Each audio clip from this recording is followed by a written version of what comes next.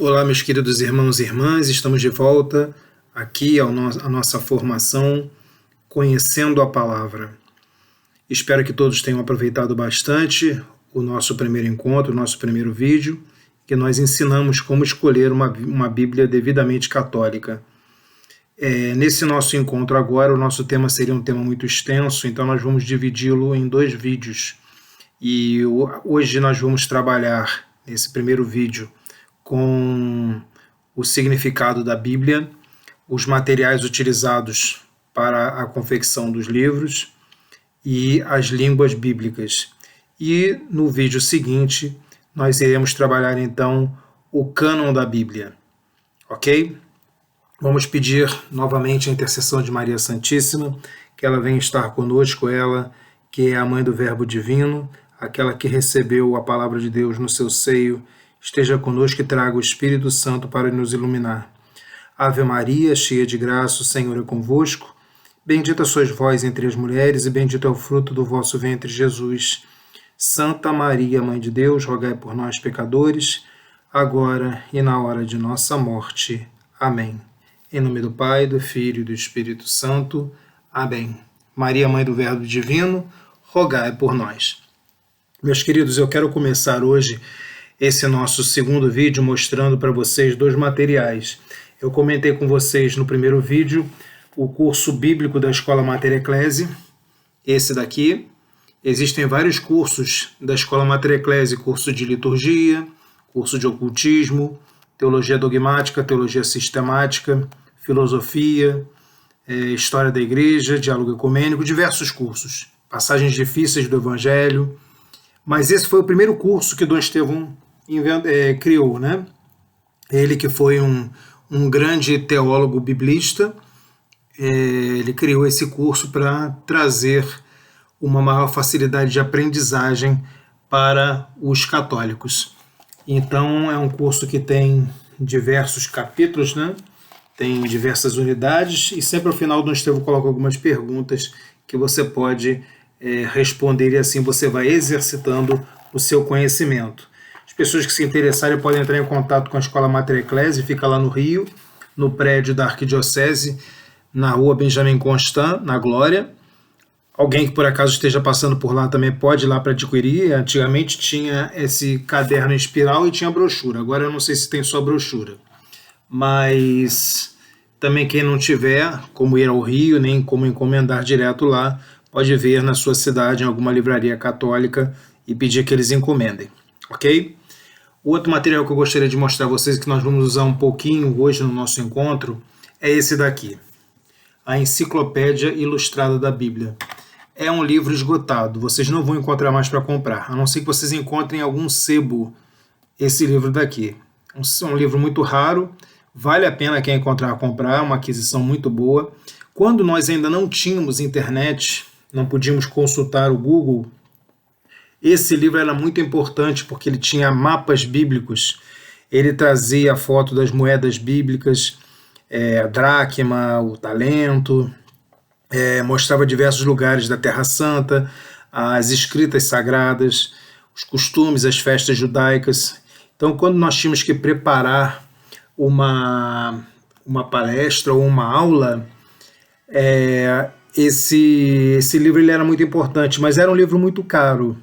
Então eu, por exemplo, antigamente quando era a semana de aniversário da editora Paulus, eles faziam um desconto de 40% nos livros. Então foi quando eu tive a oportunidade de comprar esse livro, porque realmente ele era muito caro na época, né? Então eu comprei com desconto, ele era publicado pelas Edições Paulinas, ok?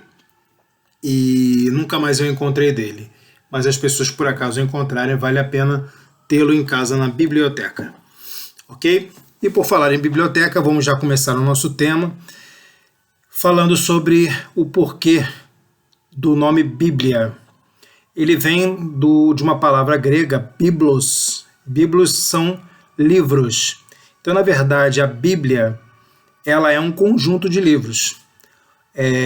O diminutivo de biblos era tabíblia, era livrinho, e assim nós ficamos com esse livrinho, né, com diversos livros. Então, na verdade, a Bíblia é uma enciclopédia, ela é uma biblioteca. ela tem diversos livros que a compõem, ok? Então esse é o significado de Bíblia.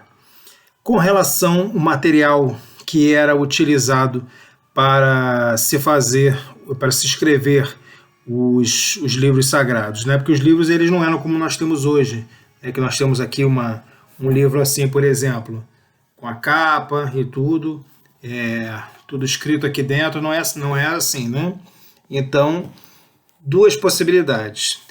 No Egito Antigo, às margens do rio Nilo, crescia uma planta chamada papiro. Então se recolhia os caules dessa planta, se cortava a fibra, amolecia essa fibra e se fazia uma trança com ela, né? Fazia uma trança com ela e depois prensava. E assim surgia como que uma folha, aonde se escrevia em cima dessa folha. E qual era a tinta? Não existia caneta na época, né? Então a tinta era tirada normalmente de algas que eram encontradas à beira do mar e dali se tirava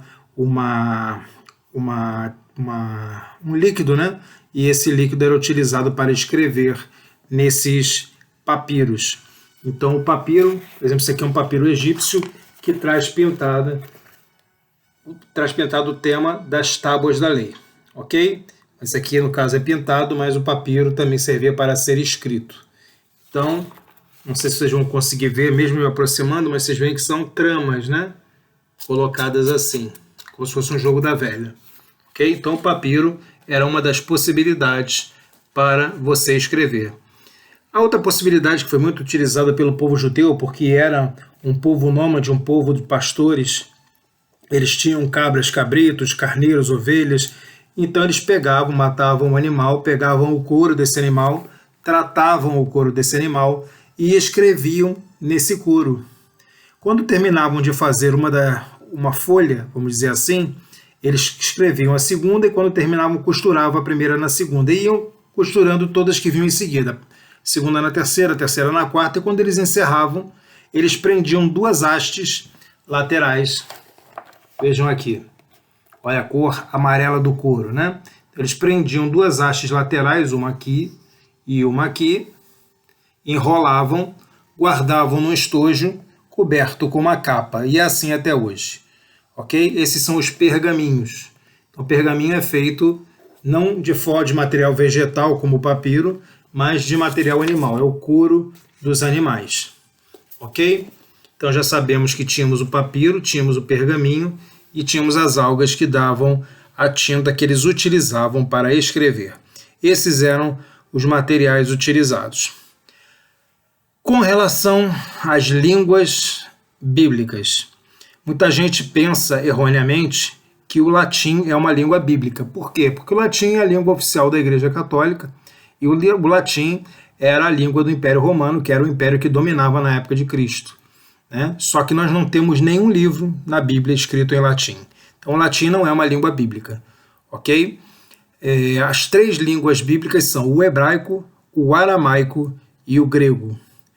O hebraico, com as suas peculiaridades, vou mostrar para vocês daqui a pouquinho, era a língua utilizada sobretudo pelos sacerdotes, mas quase todo o Antigo Testamento, ele foi escrito e está escrito em hebraico, ok? Tem algumas exceções, a gente vai ver principalmente quando for tratar do catálogo, porque alguns livros não foram aceitos pelos judeus. Mas o hebraico, a língua dominante do Antigo Testamento. Depois os judeus do Reino do Sul, quando há uma divisão dos reinos em Israel, o Reino do Norte ele é tomado pelos assírios no ano 721 e mais ou menos 586 o Reino do Sul, o Reino de Judá, ele é tomado pelos babilônios. Então os judeus são levados cativos para a Babilônia, né? E quando retornam para Israel, eles trazem um dialeto que é a mistura do hebraico, com o qual eles saíram da Terra Santa, misturado com a língua da Mesopotâmia. Então ali surge uma mistura de línguas e esse dialeto, o aramaico muito parecido com o hebraico, algumas letras muitíssimo parecidas, e eles voltam para a Terra Santa falando esse dialeto. E vejam vocês que havia a seguinte situação, o povo falava o aramaico, e assim foi com São José, com Nossa Senhora, com Jesus, com os apóstolos, todos falavam aramaico, e o hebraico se restringia aos sacerdotes. Era a língua do culto, utilizada no culto, ok? Então os fariseus utilizavam no culto o hebraico, enquanto que todo o povo falava o aramaico, ok? E o grego era a língua do comércio, como hoje é o inglês. Então, se eu chegasse num lugar e não soubesse falar a língua do local, falava o grego e assim conseguia entender as pessoas, como hoje. Você pode chegar em qualquer parte do mundo, você falando inglês, a tendência é que alguém entenda o que você está falando. E assim também era com o grego. E o grego é a língua de todos os livros do Novo Testamento. São Paulo dominava o grego, escreveu todas as suas cartas em grego, João escreveu em grego, Marcos, Lucas escreveram seus evangelhos em grego, São João escreveu também o Apocalipse e o quarto evangelho em grego. O único resquício, o único livro que teria sido escrito em aramaico foi o primeiro evangelho escrito pelo próprio Mateus no ano 50. Só que no ano 70, Jerusalém foi destruída, foi tomada pelos romanos e destruída, e o aramaico ele caiu em desuso, ele parou de ser falado. E esse evangelho foi escrito por Mateus na língua que Mateus falava, que era o aramaico. Mas no momento em que a língua entrou em desuso, também o evangelho ele perdeu sua razão de ser e foi abandonado. Então, o que nós temos hoje do Evangelho segundo Mateus, na verdade, não foi escrito pelo próprio Mateus, mas por um outro autor que se valeu dos escritos de Marcos e de Lucas, que tinham se baseado no primeiro evangelho escrito em aramaico por Mateus. Ok? Então, pela ordem cronológica, Mateus escreveu o primeiro evangelho no ano 50 em aramaico, mas hoje o evangelho de Mateus é o mais novo dos três, porque ele foi reescrito em grego mais para frente. Então, recapitulando, a maioria dos livros do Antigo Testamento está escrito em hebraico. Nós temos algumas pequenas passagens em aramaico. Por exemplo, nós temos no Evangelho, quando Jesus diz na cruz, no Calvário, Eli, Eli, lama sabachthani, é aramaico, e quando ele cura a filha de Jairo e diz, Talita cum, menina, desperte, levante, acorde, também em aramaico. Então, algumas pequenas passagens em aramaico, nenhum livro completo em aramaico, e temos todos os livros do Novo Testamento em grego. Ok? Essas são, então, as línguas bíblicas. O que eu vou me deter agora com vocês, mais pormenorizadamente, é a questão do hebraico. Então, nós sabemos claramente que existe um problema no hebraico que gerou uma série de circunstâncias, como, por exemplo, a questão dos irmãos de Jesus. Então Maria teria tido outros filhos, né? Os protestantes dizem que sim, mas a verdade é que muitos termos do hebraico clássico, hebraico bíblico, o hebraico primitivo, eles eram termos que tinham diversos significados. Então, por exemplo, o termo ar, que era utilizado para irmão, ele também era utilizado para qualquer parentesco que não fosse pai e mãe, porque pai era av e mãe era em. Então, Av e Em tinham palavras, termos específicos, mas Ar era utilizado para tio, primo, sobrinho, irmão, para tudo quanto era coisa. Então, esse era um problema do hebraico. Só que o hebraico, assim, apesar dele ser uma língua dificílima com relação aos verbos, mas ele peca nessa questão da pobreza de termos vários termos para significar as várias coisas que a palavra quer dizer. Então, por exemplo, um outro problema que surge também do hebraico clássico é que quando começou o hebraico eram só consoantes. Então vamos ver como é que foi essa evolução e que trouxe tantos problemas. Vejam vocês aqui. Até o século X a.C., era assim que se escrevia o hebraico, somente com consoantes. Aqui nós temos consoantes, ok? Sempre lido da direita para a esquerda, como eu já falei para vocês no vídeo anterior. Então aqui nós temos três consoantes, Shin, Mem e Resh. Shin com som de X, Mem com som de M e Resh com som de R. Se nós colocarmos as vogais aqui entre os espaços, nós poderíamos falar chamar, shemer, shemir, shomor, shumur, chamor, chomar, ou seja, qualquer vogal poderia entrar aqui. Quando o estudante do hebraico ele já estava acostumado com as palavras, ele na cabeça colocava a vogal e sabia a pronúncia. Mas quem não estava ainda acostumado, quem nunca tinha lido o texto, e nós hoje, por exemplo, se não tivermos as vogais, nós não vamos saber qual é a palavra. E às vezes uma vogal que eu coloque diferente aqui entre uma consoante e a outra vai me dar um sentido diferente da palavra. Ok? Então, por exemplo, chamar é um verbo, tá? É o verbo guardar. Então, chamar é guardou, ok? Mas se eu botar aqui chameri e botar um i no final, eu guardei. Se eu botar chameru, um u no final, eles guardaram. Então é importante saber a vocalização aqui. E esse era um problema que até o século X a.C. nós não tínhamos vogais no hebraico. Depois, aqui uma outra palavra também, sem vogais, olha. Dalet, vet e resh. Som de D, som de V, som de R.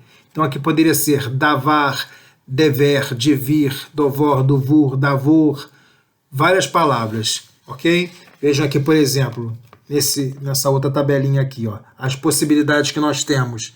Diberu, daber, dabar, deber, dober, diber, dubar, várias palavras possíveis colocando vogais entre as consoantes, cada uma com um significado diferente. Então a pessoa batia o olho aqui e ficava desesperado, não sabia qual era a vogal que ia entrar. Ok? Então essa primeira fase foi a fase do texto sem vogais. Um caso clássico desse texto sem vogais é esse daqui. Vejam vocês aqui. Tenho um kof, um resh e um nun final. Som de K, som de R e som de N no final da palavra. Ok? Então aqui nesse espaço eu posso colocar várias vogais. Karan, Keren, Kirim, Koron, Kurum, Karon, Kuran, Kirem, Kiran, qualquer um aqui no meio, ok? Só que existem duas palavras hebraicas que utilizam essas três consoantes, Karan e Keren. Aí, meus queridos, vejam a confusão. A Torá, o livro da lei, né? Esse daqui, a Torá, Sefer HaTorá, o livro da lei, que na verdade deveria ser traduzido como o livro da ordem, porque Torá significa ordem, a ordem que Deus deu. Então, Sefer HaTorá. Aqui, de acordo com a Torá, deixa eu guardar aqui. De acordo com a Torá, quando Moisés vai encontrar com Deus no Monte Sinai, ele pede para ver Deus face a face. E Deus diz que nenhum homem pode permanecer vivo se o ver face a face. Então Moisés vai por trás de uma pedra ver numa fenda quando Deus passa diante dele. E vê as costas de Deus. E a luz que emana de Deus, a glória de Deus, a Shekinah Yavé, a glória de Deus, ilumina o rosto de Moisés. E quando Moisés desce o Sinai, desce com o rosto iluminado. Ok? A palavra iluminado é Karan. Karan seria a palavra iluminado. Mas, quando São Jerônimo vai traduzir a Bíblia para o latim, ele entende que ali não é Karan, mas Querem. Querem. E Querem significa chifre. Então ele traduziu que Moisés desceu o Sinai com chifres. E aí Michelangelo, quando vai esculpir a estátua de Moisés em mármore, que hoje está na igreja de São Pedro e São Paulo encarcerados em Roma, perto do Coliseu, ele faz a imagem e coloca 2 chifres na cabeça de Moisés. Então vejam que confusão desnecessária. Isso por quê? Porque o hebraico não tinha vogais. Então até o século X não existiam vogais, nenhuma tentativa de colocar vogais no hebraico. Depois, nos séculos IX a VI a.C., eles fizeram uma tentativa. Pegaram algumas consoantes e começaram a utilizar como se fossem vogais. Então aqui, por exemplo, no final da palavra, era sempre no final da palavra, eles pegaram um vav que tem um som de V e começaram a utilizar com o som de U ou de O. Então o chamar, que é guardar, pegou, jogou o vav no final e deu um som de U, chameru, eles guardaram. Então Entre os séculos IX e VI a.C., começaram a utilizar consoantes no final da palavra para dar um som de vogal. Mas e no meio, que era o maior problema? Não tinha vogal. Então vem a terceira fase, quando eles estão voltando do cativeiro, em 586 a.C., eles começam a utilizar as consoantes com som de vogal no meio da palavra. Ok?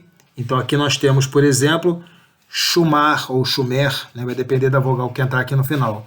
Mas aí como é o Shomer, pode ser utilizado como O também. Então a consoante passa do final para o meio da palavra. Ok? Então essa é uma outra tentativa. Então tivemos até agora palavras sem vogais, só com consoantes. Palavras que pegavam uma consoante e colocavam no final dela. E palavras com a consoante no meio, para dar um som de vogal.